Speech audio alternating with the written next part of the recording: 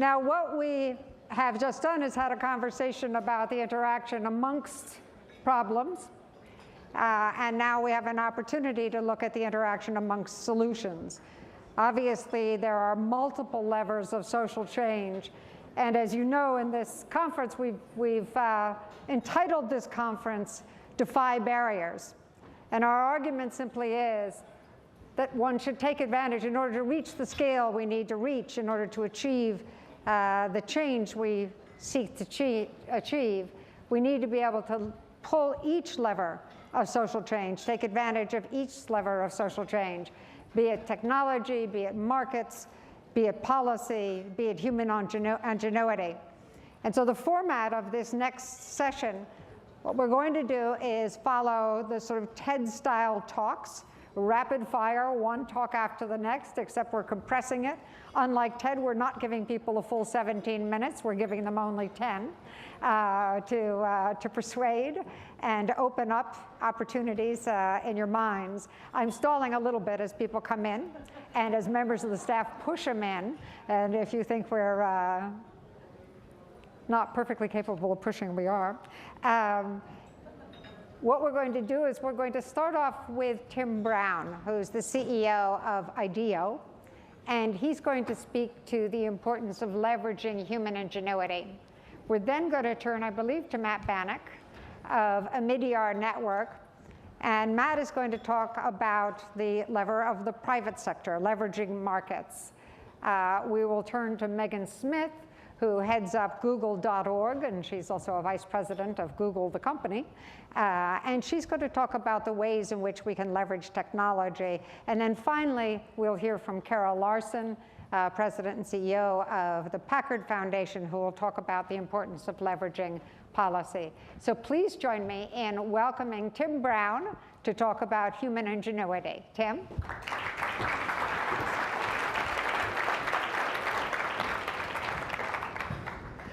Okay, so this is an interesting format. I'll let everybody else sit down before I get started, and we should get some slides up in a moment, hopefully. This works? Cool, good. So I'm a designer, and you may wonder, why the heck is a designer turning up in this august establishment to talk about design when you're all talking about issues of global philanthropy? Well, we'll see whether I make any sense and whether it's very relevant in the next 10 minutes. The first thing I wanted to do is to talk a little bit about it, just tell a little story, though.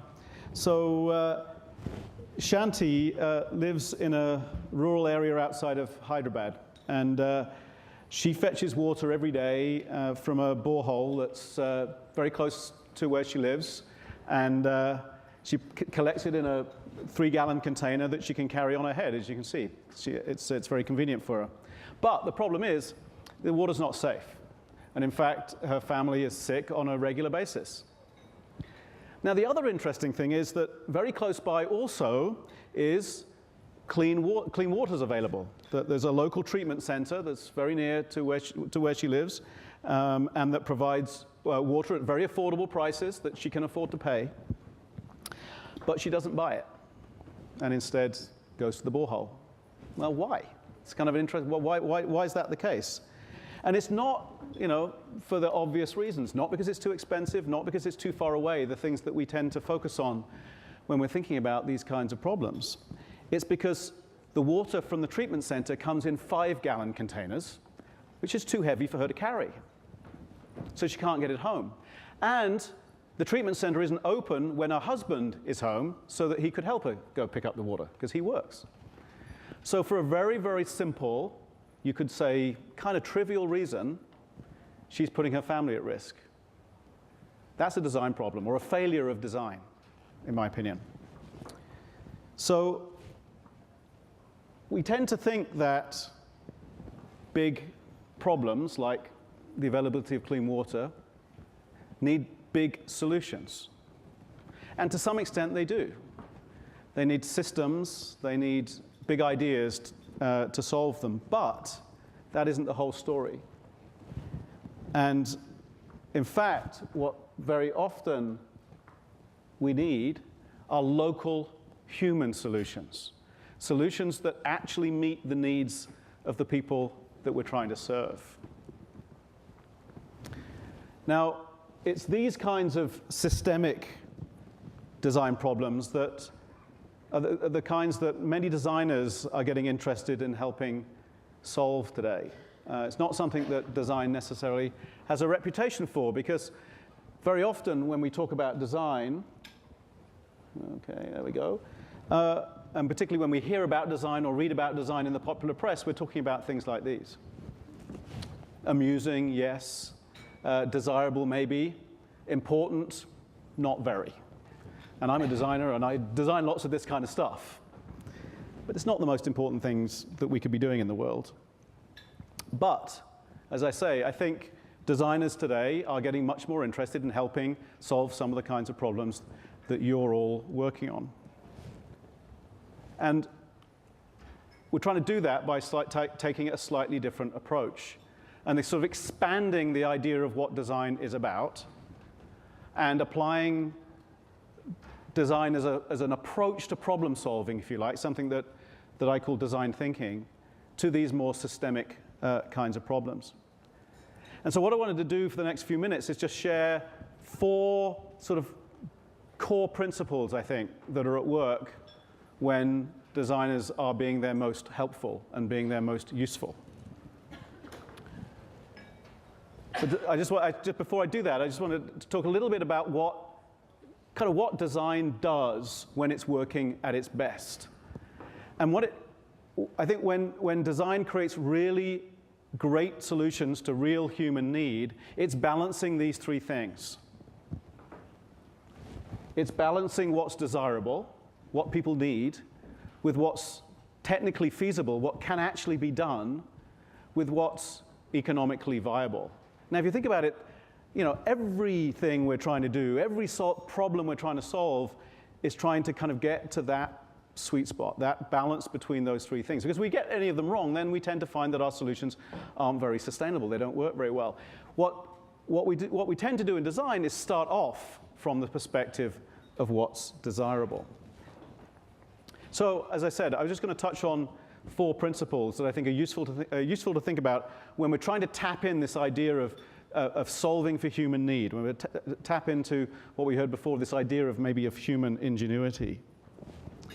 The first one seems entirely obvious, which is you have a hard time solving problems for people if you don't put them at the top of the agenda, if you don't actually solve the problems for them and put them first. It's remarkably easy to forget this, though, when we're in the middle of these kinds of things. So I'll give you a brief little example. Jay Parkinson, who's the guy on the left there, you may have come across. He's a doctor in Brooklyn, and he was getting really frustrated with how hard it was for his patients to get appointments with him. So he decided to sidestep the whole issue and take out the middlemen and set up a Google Calendar and a web account and a website so that his patients could go and book their own appointment on his Google Calendar. He'd then send them an email in response to say, hey, yep, okay, I'm looking forward to seeing you. And they'd turn up, and he would serve them. And this very simple idea, focusing on this frustration that his patients had, has now led ultimately to, if we can get the next slide. Too many, let's go back one. I see, there we go.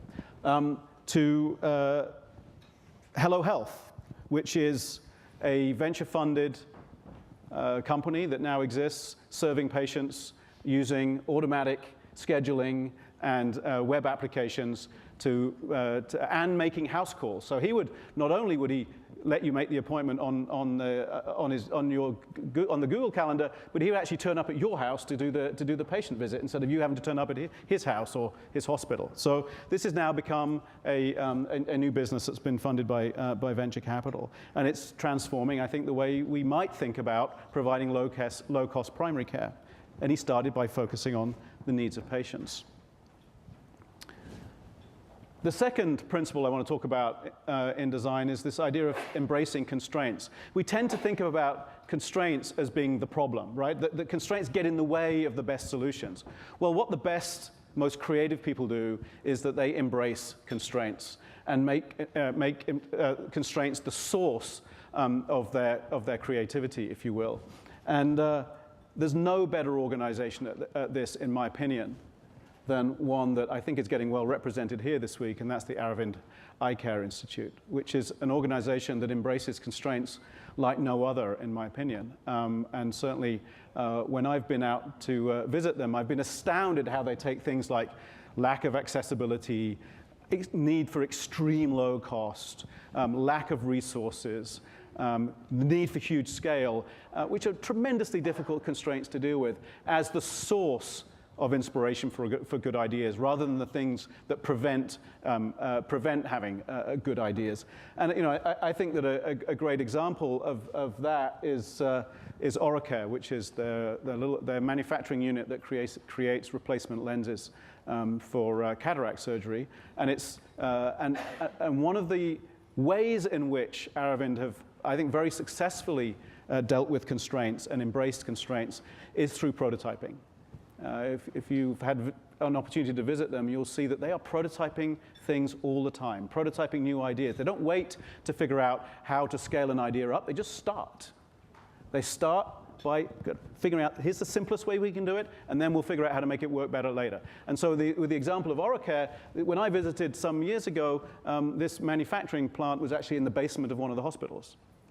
It wasn't in some fancy factory somewhere. It is in a fancy factory now, because it's one of the biggest manufacturers of these lenses outside of the US. But then it was in the basement of the hospital, and they were using the kinds of CAD/CAM prototyping machinery that I have in my model shop down in Palo Alto. They were using it to make high-quality medical equipment. I think a tremendously good example of how using prototyping, Aravind's embraced constraints to get to really breakthrough ideas. So the third idea I wanted to talk about was the notion that many of the kinds of problems that we're trying to tackle, somehow the ideas aren't enough on their own, that we need to create movements. We need to create social change. We need to create behavior change in order to create the sort of impact that we're looking for. I thought I'd give an example of popular culture. Tripped over Jamie Oliver recently in your reality TV show watching. But he started off in the UK a few years ago and persuaded the UK government. He's a chef, by the way, if you don't know who Jamie Oliver is. He's a very good chef. Thoroughly recommend his restaurants if you have a chance to visit them. For those who are trapped at the Skull Forum in Oxford at the moment, of which I believe there are probably some, he's got a very good restaurant in Oxford, so at least they've got somewhere good to go and eat. But Jamie persuaded the British government to spend over $1 billion on retooling the school lunch program in the UK to get kids eating healthier. He's now here in the US trying to do the same thing. So if you check out ABC TV, you'll see his new show, Jamie's Food Revolution, in which he's trying to get all of us unhealthy, obese folks in the US to eat in a more healthy way. And he's using all the tools of creativity and design to try and get us to do that. And it's great TV if you're interested in it. But he really kind of personifies this idea of creating a movement in order to create change. And then the last idea I wanted to talk about was the notion that in order to create the scale of solutions that we're looking for, we have to be prepared to let go of our ideas and let them escape out into the world. Not something that designers have always been very well known for, I would say. And I'll give you an example of that from our own work, which is we had the good fortune to work on a project funded by the Bill and Melinda Gates Foundation a couple of years ago to create what we called a human-centered design toolkit for NGOs to use in the field, primarily around agriculture, but it's now expanded beyond that. It's a field guide, if you will, for using design techniques to solve problems for people in need. We created this thing and then open published it. And since we open published it and it's for free, it's been downloaded over 30,000 times in 160 countries. And it's being used to tackle all kinds of projects today. And we're very excited about that. We're very excited about that. By the idea of letting go of our idea, we're seeing far more impact than we would have done if we'd have kind of kept a hold of it ourselves. So this notion of opening up is really important. And just to finish off, I would say that, we live in this time of tremendous and massive change, which demands that we look for new solutions and new choices. And we cannot default to existing alternatives, existing choices that existed before. And I would argue that human ingenuity, design thinking, is a tool for discovering some of these new choices and new ideas. Thanks very much. Thank you, Ken.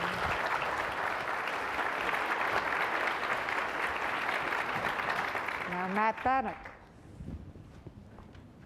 Thank you, Tim. That was great. I like the notions of letting go and embracing change. I want to talk to you today about what we call flexible capital, which is all for us, was all about letting go of our talking points and embracing change that for us was difficult, but we think has unleashed a great potential.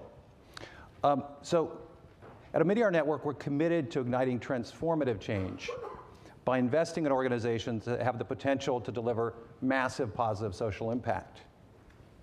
Flexible capital, which we see as the ability to invest in both for-profit and not-for-profit entities, is critical to our success, and we also believe is highly relevant for philanthropy more generally. At the heart of flexible capital is a guiding principle. That is that many of today's most intractable problems are best solved with a creative mix of for-profit and not-for-profit investments.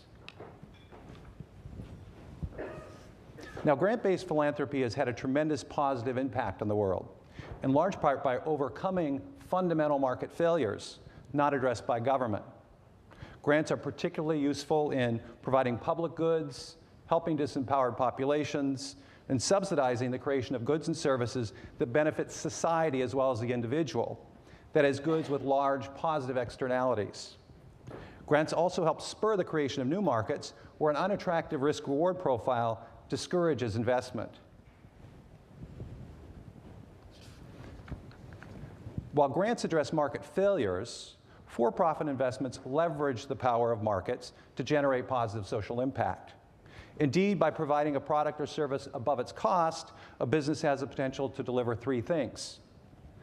The value to its customers is demonstrated by their willingness to pay, self-sustainability, and massive scale.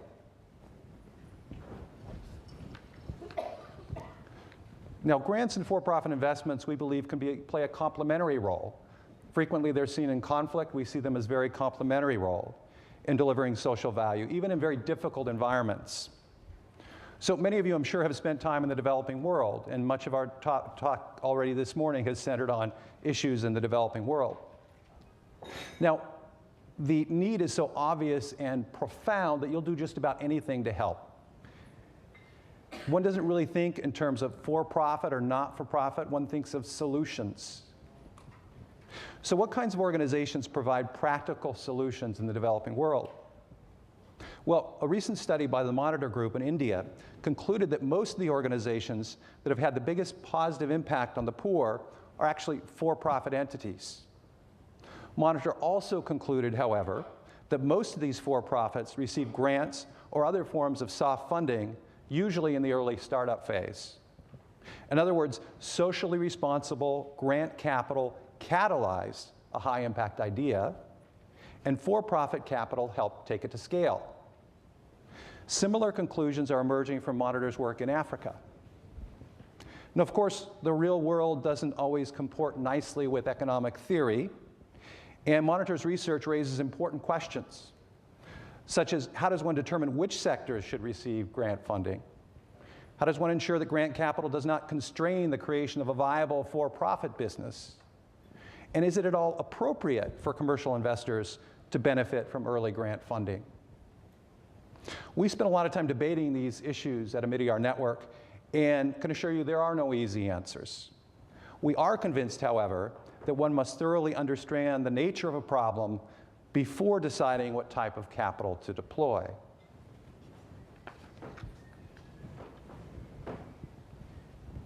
Now, the phenomenal growth of microfinance also illustrates the complementary roles of grants and for-profit investments.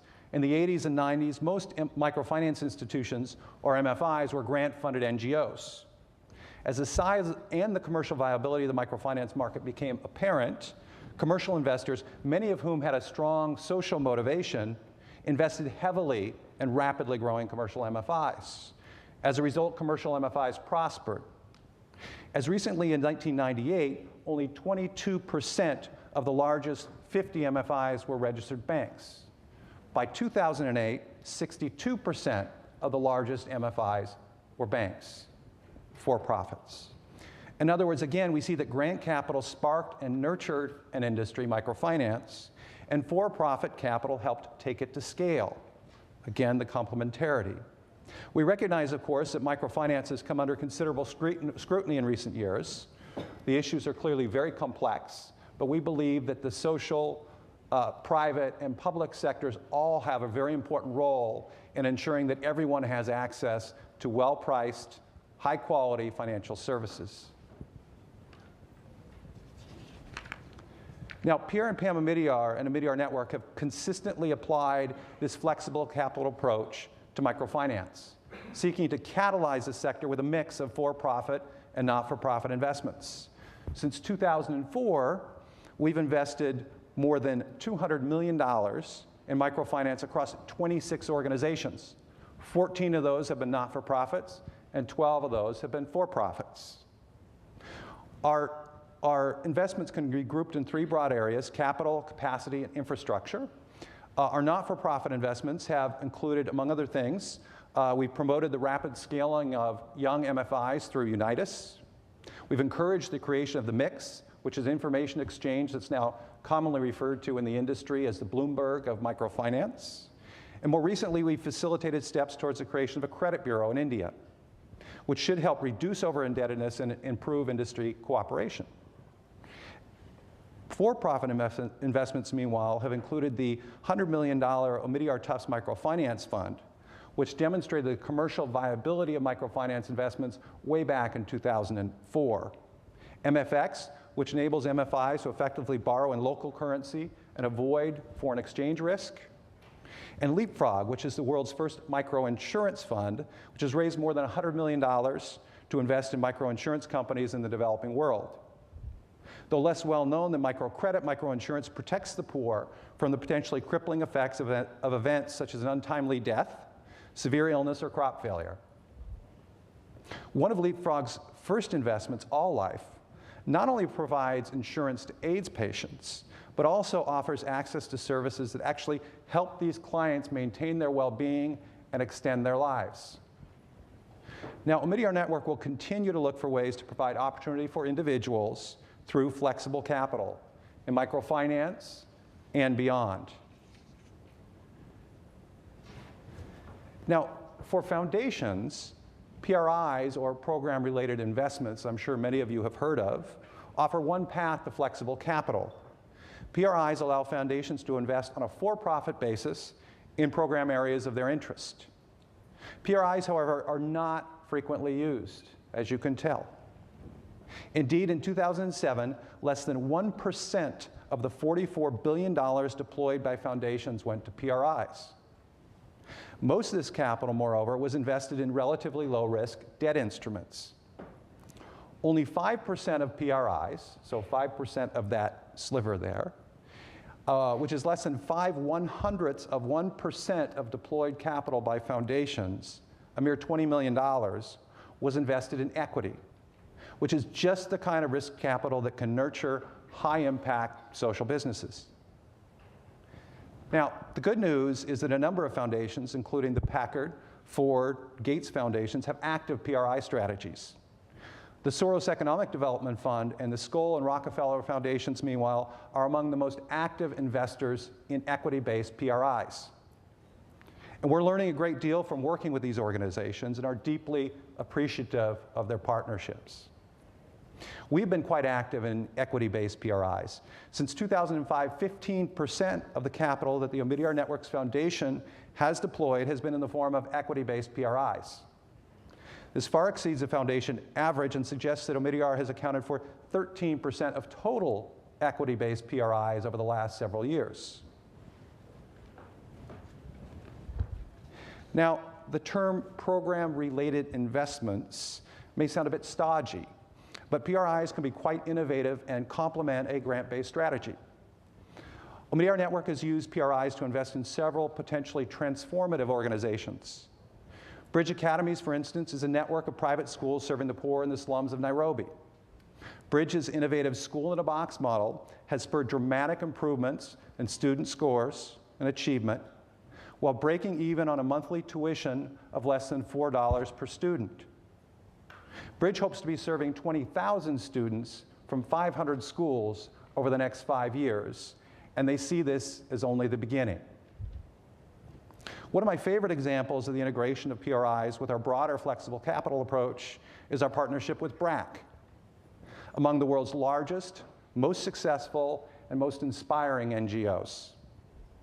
Omidyar Network and our sister organization, Humanity United, have supported BRAC with both equity investments and grants in Sierra Leone and Liberia, post-conflict zones where a large majority of the population earns far less than $1 a day. An equity-based PRI supported the launch of BRAC's local microfinance operations, and grant funding, meanwhile, supports the work of hundreds of health volunteers who provide basic care and fight deadly diseases such as malaria, tuberculosis, and cholera. These are just a couple examples of the potential of a flexible capital approach and equity-based PRIs. If foundations develop the appetite and the skills for PRIs, equity-based PRIs, the amount of capital unleashed and the social impact could be absolutely enormous. The current corpus of US foundations is about $560 billion. By investing just 5% of their corpus in equity-based PRIs, these foundations could unleash $28 billion of high-impact investment capital. This is more than the entire venture capital industry invested in US businesses in 2009. Of course, making equity investments requires substantial changes in the way that foundations operate. In fact, Omidyar Network, originally Omidyar Family Foundation, Omidyar Network was founded from the Family Foundation in order to shift from a grant-centric approach to this flexible capital approach. This has given us the opportunity to first identify the problem we're trying to solve, and then, and only then, determine the appropriate type of capital to deploy. Candidly, it's been pretty challenging and required far-reaching changes in areas such as recruiting, skill development, decision-making, and inevitably, yes, culture. Now, we learned many lessons the hard way, but believe it was worth the effort, given the potential for scale and for transformative change. If you'd like to learn more about our experiences deploying flexible capital, please join us on Wednesday morning at 8 a.m. when we'll provide a behind-the-scenes look at what we're doing in this area. We truly believe at Omidyar Network that we're on the verge of an exciting new era in philanthropy, an era in which the world's leading philanthropists deploy an increasingly flexible mix of capital to create opportunity for hundreds of millions and to dramatically improve the human condition. Thank you. Thank you, Matt. And so now, Megan Smith from Google.org. It's right up there. They want me to use that one, I think. Do you guys want me to use this clicker or the other one? Someone just gave us a note. Yes, no? This one. Okay, thanks. Hello. It's great to be here. Thank you, Jane. I wanted to start with this picture, if it likes me. The greatest changes in technology really come through networks. And so when I was asked to talk about technology, I wanted to talk about the network in all its forms. And I reference back to the Silk Road because the interconnection of people made so much change at that time. And I'm from Buffalo, so I have a little shout out to the Erie Canal. But I like to reference the Erie Canal because one thing that people don't realize is so much of the abolition movements and the women's movements and many movements came from the conversations that took place from the boats moving along. And if you go to Seneca Falls, where Elizabeth Cady Stanton's house is, it's from here to probably that second table from a lock on the Erie Canal. So networks really matter for social change. there's a guy at our company named Vic Gandrotra, and he runs mobile and he runs development. And one day he was telling a story about how he was having dinner with a friend and the kids were playing, and he said to his friend in conversation, just, I don't know. And then the conversation went on, and his daughter was like, Daddy, where's your phone? And he's like, oh, it's in the car. And they kept talking, where's your phone? And she couldn't imagine that if you didn't know something, you wouldn't reach for your phone. So I think that what's happening globally, if you're 5 years old, you know that there's this very powerful thing that interconnects all of us and the knowledge that we have. And that's what's going on.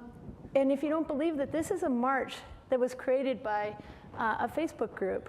450,000 people joined this group. This is in Colombia, multi-city, multi-million people march, the first march ever of millions of people against a terrorist organization.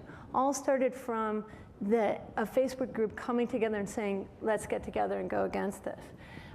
This is from a group, this particular picture I got from meeting one of these folks in a best practices summit of Alliance of Youth Movement Summit. So these are all different youth movements that are using all kinds of web technologies, Twitter, YouTube, Google, et cetera, apps, and cloud computing to fight for democracy movements, anti-violence movements, et cetera, throughout the worlds that they're living in. And just to call out one of them, the Cuba folks. There's a limited access to the internet in Cuba, and so these guys have organized themselves to kind of share out the accounts. So the diaspora Cubans and these kids are using it, just extraordinary work, and I encourage you to go to this website and check out these various youth organizations. Ushahidi leveraged the web during the post-election riots in Kenya, where they were able to crowdsource all kinds of information about what was actually happening on the ground. Incredibly important for people to work together. What you start to see is another example. Of course, we all know about what was going on in Iran with Twitter and YouTube and the ability to get images and action from the ground. And I guess what this is about is the network that happens when people know what each other are thinking. Then when you can then connect resources and talent, here's the Ashoka, incredible Ashoka social entrepreneurs talking to each other about ideas that they have and using the network to bring resources and mentor each other and work together. This is an amazing network idea. Years ago, there was a thing called Net Day, which was to wire the schools. This is an idea going on right now to bring, to help with all of the hands-on science labs in all of our schools. So you've got the different constituents, teachers, people in the community, the students, volunteers, all coming together. They call it a national barn raising for hands-on education.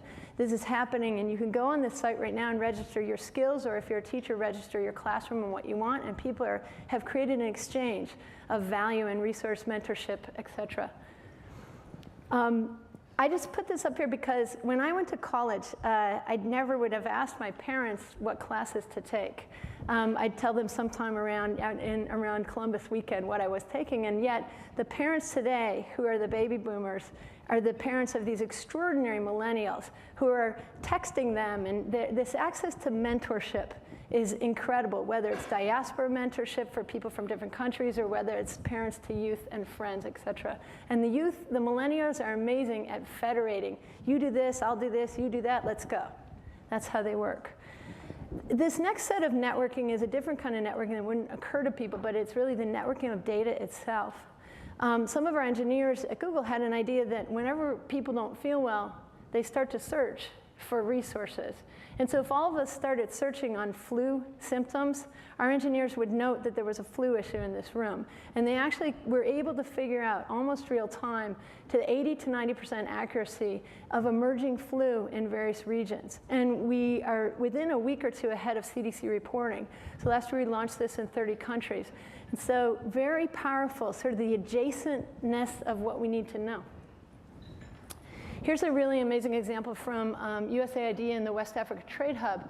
These are drivers SMS texting bribes they're paying and delays along their truck routes.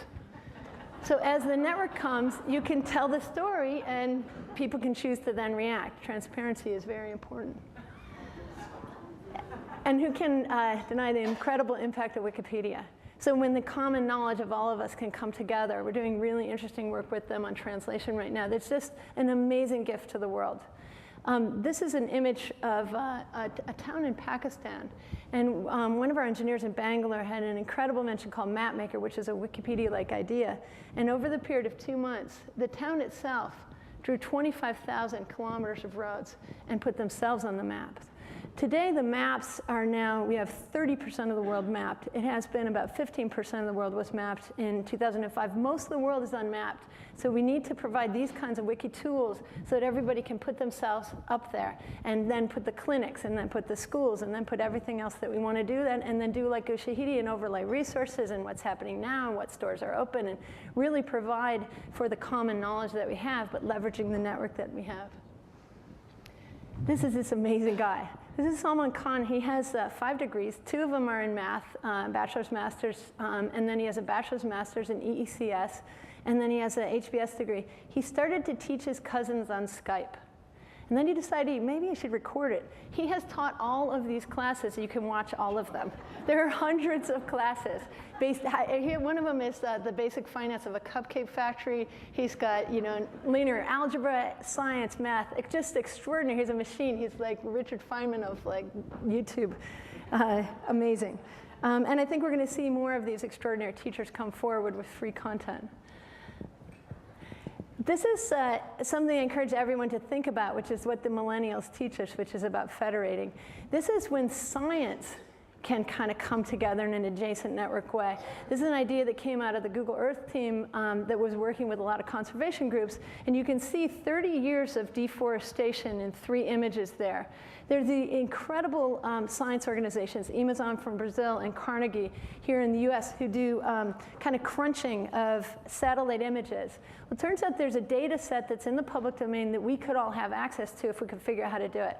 It's petabytes of data, so megabytes, gigabytes, terabytes, petabytes. So this massive data set of the Landsat satellites who've watched our planet for 30 years is available to us if we could just handle it. So the Earth engineers are like, well, our data centers could do it, and we could use their science algorithm. These countries come together, and pretty soon you mash up, which is a very web way of thinking it, this extraordinary science project that can happen that can bring, hopefully, the forestry footprint of every country in the world. Across 30 years, and we'll be able to see that, and the countries will then be able to work on forestation, and of course 20% of the greenhouse gas emissions are coming from deforestation, so we need to know this. And of course a shout out to Hans Rosling and the amazing need for data. He calls it database hugging. Open up this data. There's 18 million programmers in this world who would love to get their hands on this together with the social scientists and others, and they can enable this if we open it up.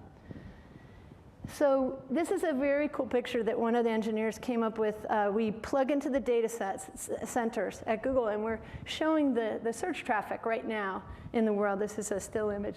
But you can see in different languages, English is in red, it's Spanish. You can see there's not a lot of people living in the Amazon. The picture I want people to know about is this one. This is Africa. And it's not because of the time of day that there's no light there coming out for search. Look at Europe above them. It's because there's no internet there. This is a problem. It's not because people aren't talking to each other there in great ways. This is the mobile, if you drive around in Africa, you see in the deregulated markets, 30 to 60% of the people there have cell phones. Amazing cell phone penetration, tons of SMS texting. The problem is in the corner of this sign where you see the woman with the laptop, there is a satellite there. And if all of us had satellite-based internet, none of us would be paying for the internet. The good news is that in the last period of time, that the cables are starting to come, but this is a picture as late as 2005, and on the right-hand side of an entire continent, there's no undersea cable for data. It's totally ridiculous. And if you look on the left-hand side, there are cables there, but they're not connecting to most of the countries. So you want to help Liberia connect them to the web so that the Larry and Sergey who live there can play and bring the economics in. Very critical. The good news is that the cables are landing. This is a picture of Mombasa coming into Kenya. The Kenyan government, Rwandan governments, Uganda, people are starting to wire the countries themselves. So this is happening. This is this amazing group of techies in Nairobi. The regions are full of great entrepreneurial people. This is a group called Homeboys. They're making some Disney episodes here. Half of Kenya pays for stuff on cell phones. So there's extraordinary things that we aren't using that are already there. So I'm very hopeful about what's going on. These are amazing health innovations that are going on, collecting data and bringing what could be for flu trends for emerging disease here. The last slide I'll leave is Tuka Pumoja, which is we do together. There's an incredible nonprofit called Carolina for Kibera. It's University of North Carolina teaming up with people in Kibera. This young guy over here, Rai, was a student. He was influenced by his mom, who was an anthropologist. He just went and lived in Kibera as a UNC student. And he met Salim over here, who was running a youth soccer program, and Tabitha here, who wanted to build a clinic and asked him for $40. 9 years later, they have this extraordinary youth soccer program, 5,000 kids. Tabitha, unfortunately, is no longer alive, but there's the premier clinic that actually the CDC is involved in Kibera. And I think to end with sort of the network story is that it's not about the technology. It's about leveraging the network to connect the right people together. These guys, Salim and Tabitha and Rai, are the kind of people that we here in Silicon Valley love to fund. So we need to go out and fund these kind of people and make sure that they're connected and go for it.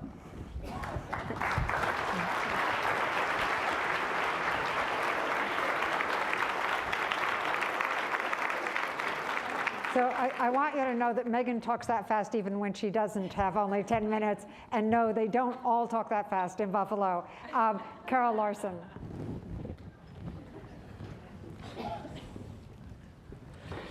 Good afternoon. It's really wonderful to be on this panel with Tim, Matt, and Megan, and of course with Jane, your invitation. Thank you so much. I am having a little bit of a flashback though right now. Whoop. In terms of thinking about my own children in the old television show Sesame Street. Some of you probably grew up watching that on TV, or had children that grew up watching it.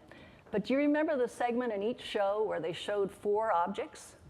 And they said, one of these things is not like the other. Guess which one? And so looking at our panel today, I wonder, am I one of those things that's not like the other? I'm certainly not a founder of a brand new company or a recently found company or a new philanthropy or a producer of new technology, but I am the president and CEO of a 46-year-old private family foundation that has been working on social change for nearly 5 decades. And I'm here today to talk, as Jane has invited me to do, about leveraging each other. She also said the public sector, and I'll say a little bit about that. But mostly I thought it was really important for me to talk about how we leverage each other, and from my perspective at the Packard Foundation and some of the collaborations that we're involved with right now. I want to harken back, though, to just last month when Catherine Fulton and the Monitor Institute sponsored a couple of conversations here in the Bay Area about how we're living in such an incredible new era for philanthropy and social change. The tools and the technology, the access to information, the ability to connect through social media, to spawn movements, to aggregate people, to get them to move quickly. It's really so incredibly exciting. But of course, at the same time, as Catherine and her team reminds us, and you're all very much aware, it's the theme of this conference, the world's problems are more vexing, more complex, more ever-changing, and it requires not only those new tools and technology, but also some very, very good adherence to some timeless elements about how we work together. In Catherine's words and her team, for the next 10 years, we as philanthropists need to work in bigger ways together and in better, more adaptive ways together. And so taking Jane up at her invitation, I'm going to talk to you about 2 of our current collaborations and what are those timeless elements that bring donors together to work effectively. I'll mention 4 to make it simple. Trust and teamwork, effective collaborations for impact. Those are old words, but they're more important than ever. Second, long-term view and a constant emphasis on learning. Again, old words, But for bigger and better, more adaptive collaborations, we're going to have to really pay attention to them. So to illustrate my story and to talk about some global problems, I'm going to talk about refrigerators and fish sticks. Refrigerators as an icon for energy consumption, too much energy consumption, global greenhouse gas emissions, climate change, and a new global philanthropic organization, which I know is bigger, and I hope it's better. And fish sticks, also an icon for a global problem about sustainable food. Fish sticks are very popular across the globe. And for over a decade, we've been working with a number of philanthropists to try to promote sustainable fishing practices. In essence, I'm whetting your appetite for Wednesday because you're going to be hearing a plenary session about this ClimateWorks collaborative, and also in a breakout session on food sustainability, you'll be hearing more about the fisheries work. But let me start, if I can get this to work, there we go, with refrigerators. They use energy, lots of it. Energy that's produced too often in ways that produce too much greenhouse gas emission, leading to global earth warming, leading to climate change. They're really popular, increasingly popular, particularly in areas of the world that are growing in population and growing in development, like China, like India.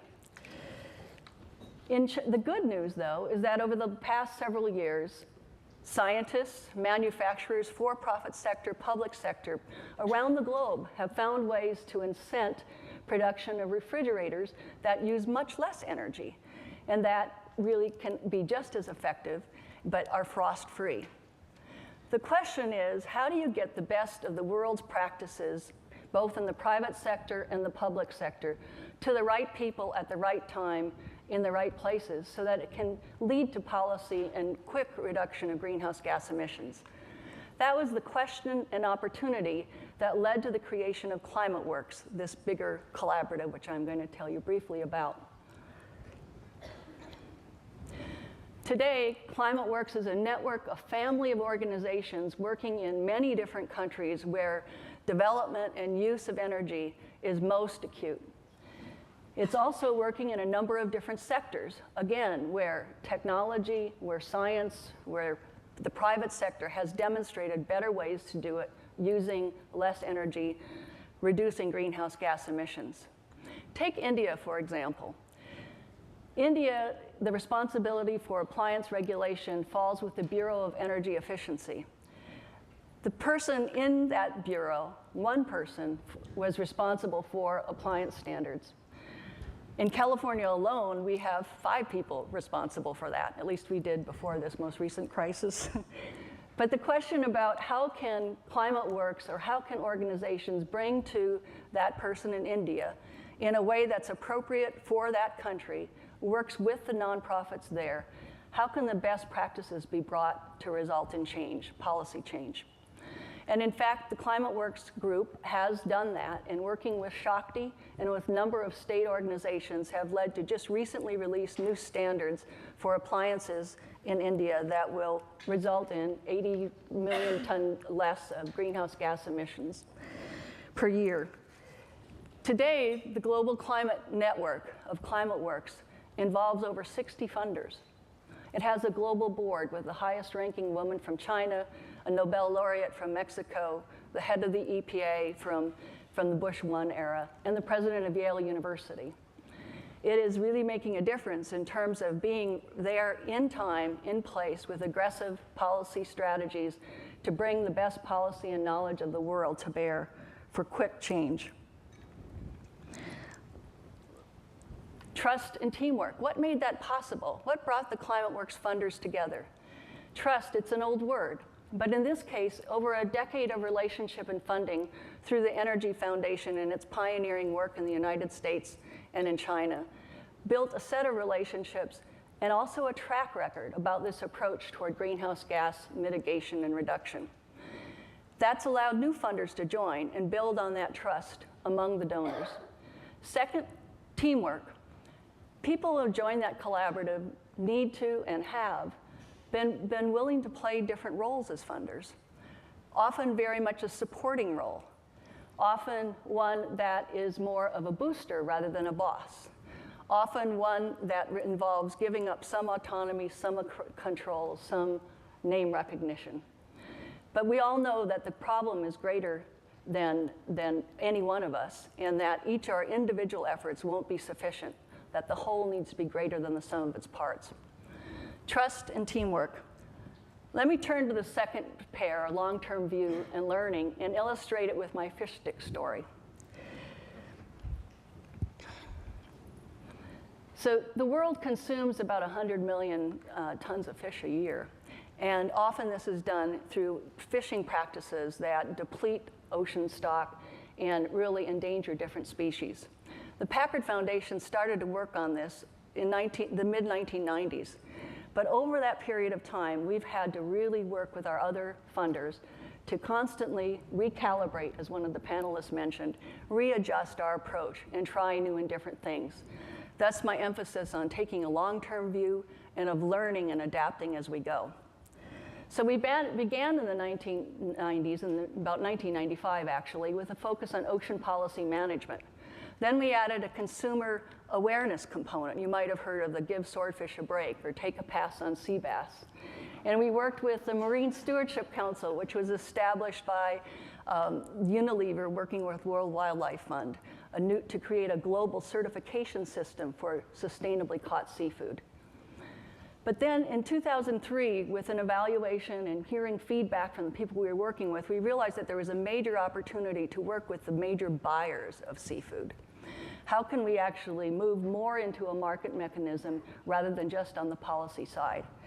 And as a result, there was a big breakthrough just a few years ago when Walmart announced that it was only going to stock MSC certified seafood in its North American stores. So again, while we had been part of that effort, we also knew that it gave us a new opportunity to again change and adapt. So we started a Sea Change Investment Fund with some other donors, and as Matt pointed out, we did ours as a loan rather than as an equity investment. But it is there to be to encourage capital flow into companies promoting sustainably caught seafood. And we also began to work with new partners, nonprofit organizations, environmental groups, and major buyers who prior to this opening in the market didn't usually find a lot of reason to talk to each other and work together. So working with others, we've convened over the last 2 years in North America, corporations, major buyers of seafood with environmental groups, over 20 of them involved, and together that's created 12 new corporate and NGO partnerships about promoting sustainably caught seafood. So again, a long-term view and also a willingness to learn along the way to adapt our approaches. These are timeless elements, ones that I see and hear in these discussions that you all are pursuing, but it's worth reminding ourselves that an era where the new technology is so incredible, our ability to connect, the democratization of access to information is so important. And yet, it is these timeless elements of how we work together and leverage each other that will give us the best chance of addressing these very big problems and working together in bigger and better ways. I look forward to your questions and to having you explore these more on Wednesday. Thank you.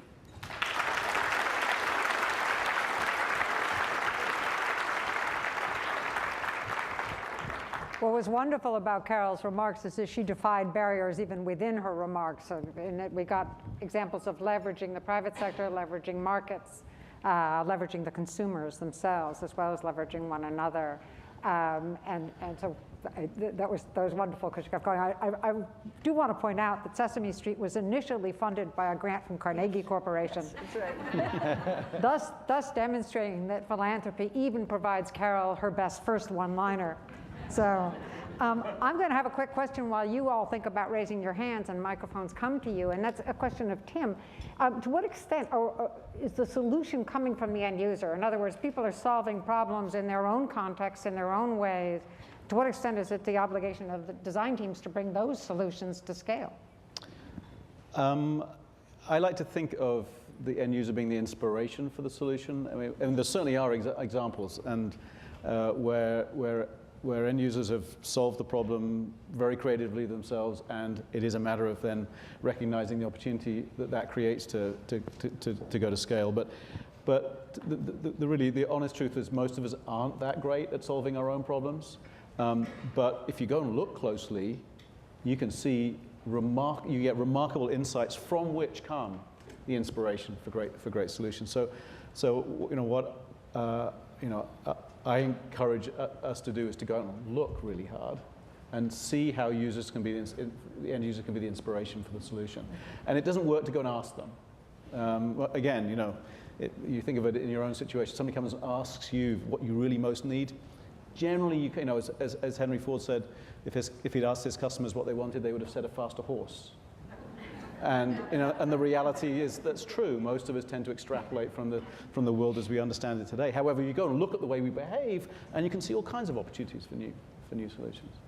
And why don't we bring a microphone to Louise Arbour? And the reason I want to is Megan's talking about communications technology, and when it comes to conflict and crises, maybe both Louise and Megan might say something. Communications technologies are neutral. I mean, hate radio is as much a cause of conflict, right? Mm-hmm. Whereas Ushahidi turned out to be both in Kenya and Haiti and elsewhere, part of a solution. Louise Arbour, would you like to add a note here before turning to Megan? In fact, when you say technology in itself is neutral, when I was traveling a lot in Africa in the UN system looking at what's called DDR, demobilization, disarmament, demobilization, and reintegration programs, one of the problems was that when they were getting these ex-combatants to surrender their weapons, if you give them money, if you give them nothing, they're not going to give you their weapon. That's relatively simple. If you give them money, they'll turn around and just go and buy a better one, newer model. So the question was, what kind of incitement? And I thought, well, maybe you could give them cell phones but this is like 6 or 7 years ago. It was, first of all, a symbol of power. The only people in northern Uganda who had cell phones were NGOs, not people in the community. And it's a literacy instrument amongst populations that are very illiterate. This goes so fast, though, that I think today, if you ask a kid with an AK-47 whether he wants a cell phone for his weapon, he already has a cell phone. Right? I think it's exactly the same thing as you just pointed out. How can you be, sort of creatively encouraging the use of, the moving away from weaponry, which is aggressive, to, for instance, communication technology, which could be preventive. How to leverage that to positive forces. And when I look at the march in Colombia, 400,000 people against the FARC, at the end of the day, what's the next step? I don't think President Uribe needed 400,000 people to tell him he should get rid of the FARC. I think that part was very much part of his program. So. Yeah, Jared Cohen is a friend who's at the State Department, and I was just talking with him, and so I don't know the pure details of this example, but he said one of the biggest things that came out of the march was an awareness of some of the young men who were in there to start to sort of leave the militias and find other places, and so it sort of started to disarm the momentum of the FARC, and they actually, it was helpful to them to be able to then get in and kind of make some pretty big blows. And Matt, you come from the policy world as well as the world of the private sector, and now the philanthropic sector. Say a word about this. Just to comment on your observation that some of these things can be a double-edged sword. I'm reminded of hearing Desmond Tutu respond once to the question of, is religion a force for good or evil? And his response was, religion is like a knife. It is a good thing if you use it to cut bread. It is a bad thing if you use it to cut off your neighbor's hand. So I think that there is a significant kind of dual use issue that we have to deal with, and we can't just simply trust that once these technologies get out there, they will always be used for good. Omidyar Network was funders of Ushahidi, as was Humanity United, in its very early days. And we draw some comfort from the fact that, getting back to the old-fashioned values of trust, that we trust the people who are running that platform. And with a lot of the other organizations that we support on government transparency, we think deeply about this issue, and it does in fact come down to who are the folks who are leading the charge on these particular initiatives, and do we trust them to kind of do the right things to ensure that these tools are used for good and not for bad. Now, well, I'm opening it up to questions. Right here, we've got a question. And while the microphone's moving over there, think about what you might have learned from each other during this panel that you didn't know or hadn't emphasized. Yes. My name is John Ince. I'm an author, and I've been exploring this concept of leverage, and have been, as a former Wall Street banker, I tend to think in terms of leverage in the classic sense, which is financial leverage. And a couple of years ago, I noticed when there was an article in the New York Times about Google.org's first major grants, about 25 million.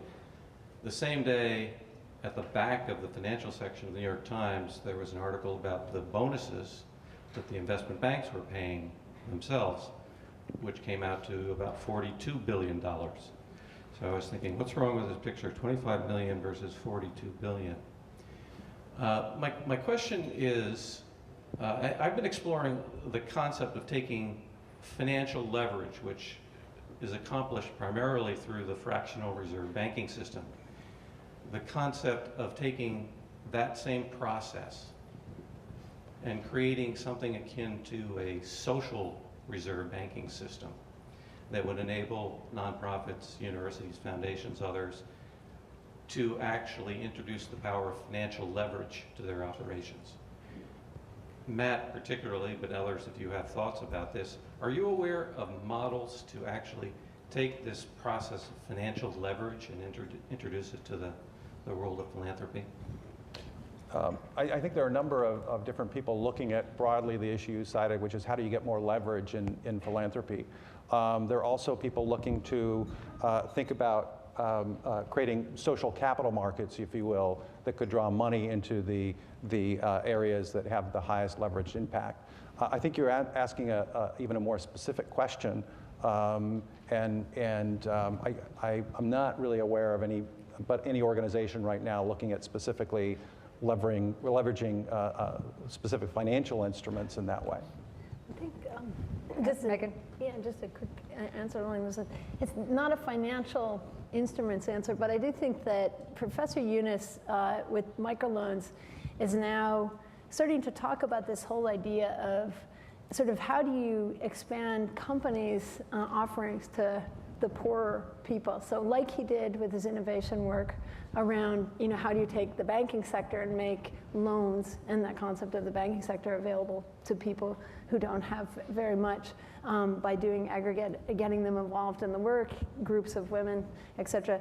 He's sort of been thinking, airlines have first class, business class, economy. What are the sets of products? And we've seen that you might offer. And so it's more of it's a simpler idea, not a financial instrument, but he's been really traveling, talking to almost every company he can find and saying, what's your set of products that you would offer? So that poorer people can A, buy your product, and B, participate also in the manufacture and creation of your product. And I think some of the examples there, whether it's Grameen Solar and the women who are doing the final assembly of the panels, they're getting the raw materials, putting them together, and then selling them so that some of the margin cost is coming out. Now that's available. Or whether it's some of the work at Dannon, Grameen Dannon. So the Dannon Yogurt Company now has a smaller packet size of yogurt, but it's available, and the women are part of the sales force. So how do you create jobs and salaries and also product offerings for this group? The notable group there being, of course, the packaged goods companies who figured out, hey, instead of just a box of soap, I can sell packets of soap. And you see a third of, I think, Unilever's revenue or P&G's revenue is now in these markets, and it creates jobs, it creates products. People want these products. Interesting way to change things. And Matt would argue those are the real job producers of these. So yeah, one of the things I would recognize is the businesses themselves have a track record of demonstrating tremendous scale and tremendous leverage. And that's one tool, I think, that is oft overlooked. There are other ways across the philanthropic world to also have that scale, whether you're talking about policy or other arenas. I think that it really behooves everybody in the philanthropic world to think deeply about this notion of leverage and scale, and not only invest in something that grabs your attention and can do social good, but think about how do we get that to scale. In other words, if it's great that 1,000 lives are impacted, but how do we get to 100,000 and 1 million lives, and what are the vehicles, be they creative financial engineering or some other form, including private sector businesses, to really impact people on truly a massive scale? Let's take this question. The penultimate panel at this conference will be on scale and sustainability. So here.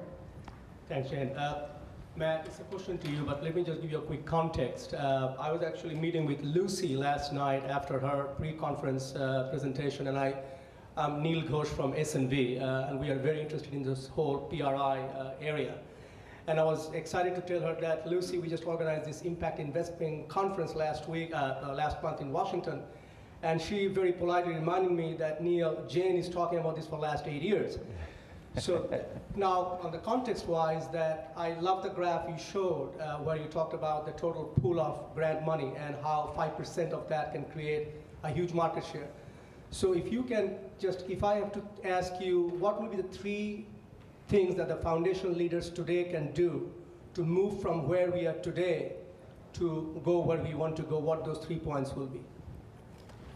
Well, first of all, I think it's recognizing that there's potential here.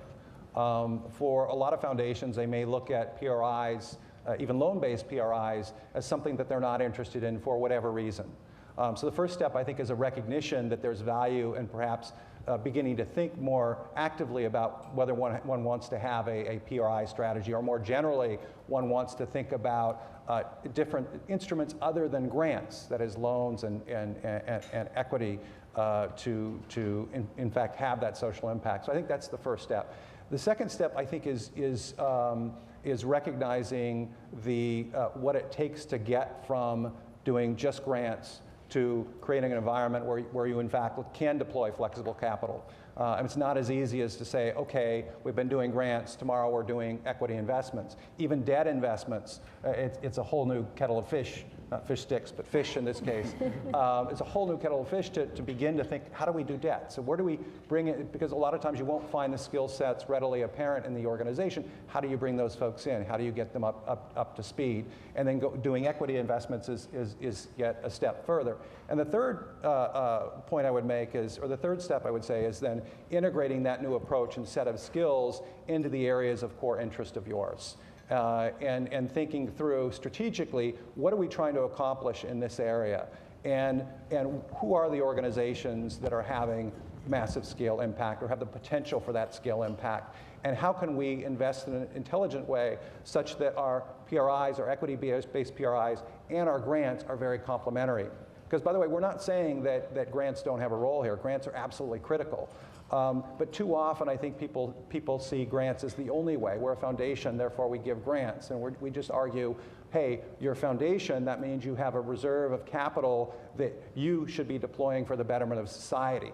And you should be using all tools that are potentially at your disposal, including debt and equity-based PRIs. So that would be my 3, and then Wednesday at 8 a.m., a few of my colleagues will do a much better job of filling in some of the detail.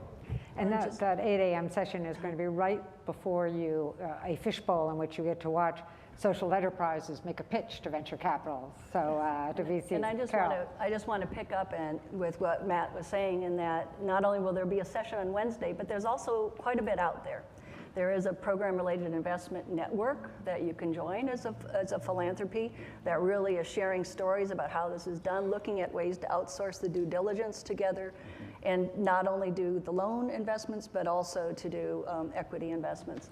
There's also a great publication from Foundation Strategy Group, one from Monitor. There are a number of others that are really highlighting how different foundations, types of foundations, community foundations, private across the country, have been engaged in this. So I do think that it is about storytelling and talking to each other and making sure we aggregate, which is going to be the theme of this conference in so many ways, about aggregating for impact.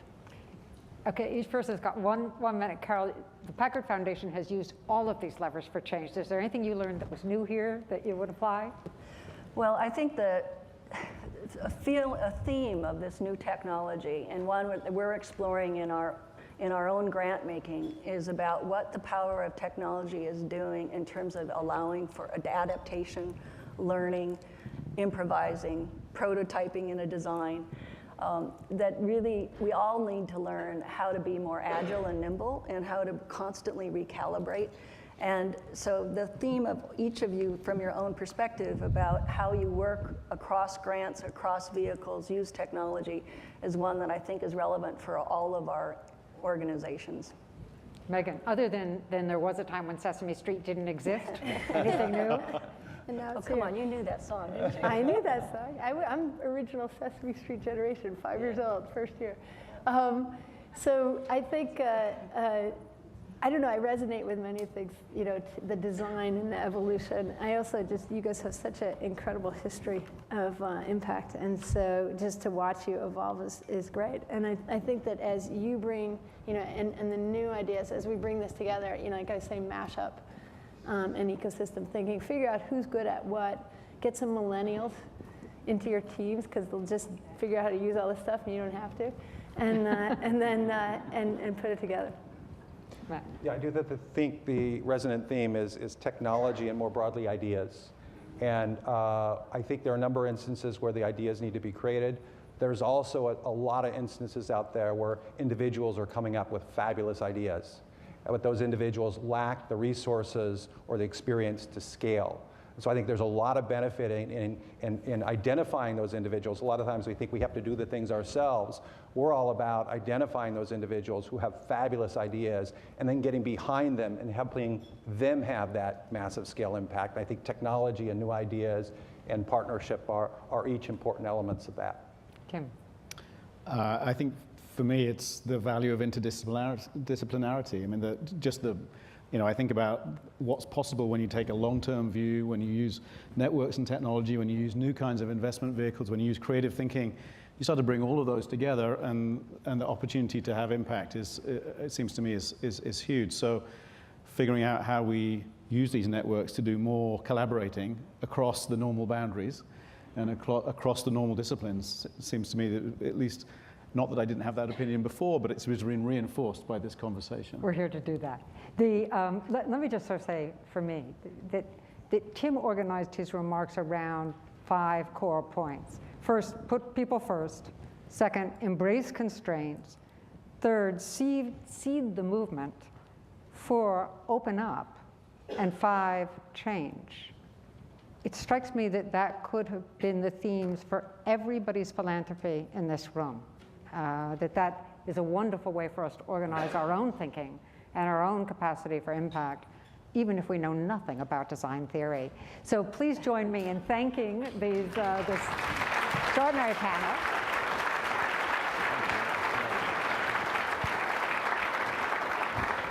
And let me just say, you have a 20-minute break, and then you're going to hear about affecting change, providing for food.